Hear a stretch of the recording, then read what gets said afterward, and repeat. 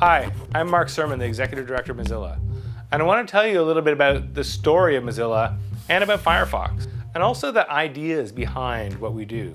Participation, collaboration, sharing resources, community. These are the things that power Mozilla. They're at our DNA. You know, the story of Firefox is one of a group of rebels, small band of rebels, in fact, taking on a much bigger force. Think of David and Goliath or Star Wars. And it starts in the earliest days of the web. If you are as old as me, you can think back to the browser that first came out, Mosaic, or Netscape Navigator, which came after it. And all of a sudden, millions of people around the world were discovering this wonderful new resource, the internet, the web.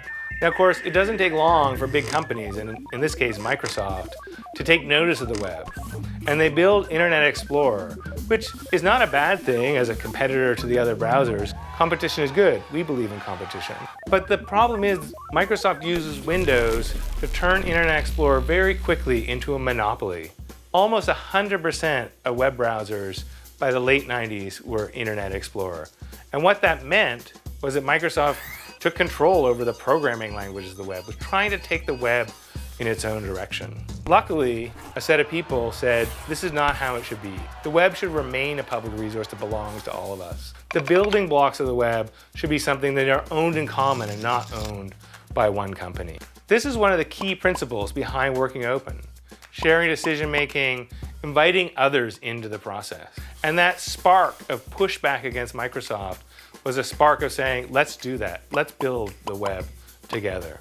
A key moment in that process is where Netscape, a public company, decides to do something really radical. They decide to open source the code behind their browser. And what that means is they put it out in the public for anyone to use, copy, remix, or change. Nobody had ever done anything like that before. And that is another key principle behind open leadership. The idea that code, content, some other resource is out there in the open, freely remixable, freely usable, freely copyable. That is a concept that allows others to do surprising and wonderful things, and is something really has been behind our story and how we work today.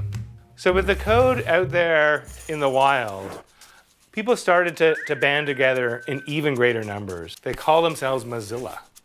And it's not an organization at the time, it's an informal community of designers, engineers, writers, community organizers. And they said, let's take on Microsoft, let's take this open source code, and let's build a better browser. That points to really a third tenet of open leadership that I want to underline. The idea of inviting people in. The first few people who gathered around the Mozilla project, who worked on the Mozilla code, invited others in. And that invitation, come in, volunteer, be part of the solution, is a central tenet of open leadership. 5 years after the Netscape code comes out, using these principles, shared leadership, the idea of open code, inviting other people in, Firefox comes to be. Firefox is the first big release of the Mozilla code base, and it takes off like this. This fast browser that has pop-up blocking, that's free of viruses, and is open, starts to become a real hit with internet users. And it also becomes a hit with developers, meaning the web really has a renaissance.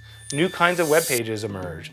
And Firefox actually doesn't put Microsoft out of business, but breaks up their monopoly on the web and opens us up to have the web that we have today. And what's exciting about this is not just that Firefox was successful and that open source and open leadership worked. It's we've seen that work time and time again. And that's really an idea behind the Mozilla network. We really want to bring together people who are part of the open internet tribe, who want to work open, to bring their projects, their ideas, and find collaborators. So that's why we're here in the Mozilla network, and we really hope that you and your project and your goals can come and be a part of the Mozilla network and thrive. Welcome to the network.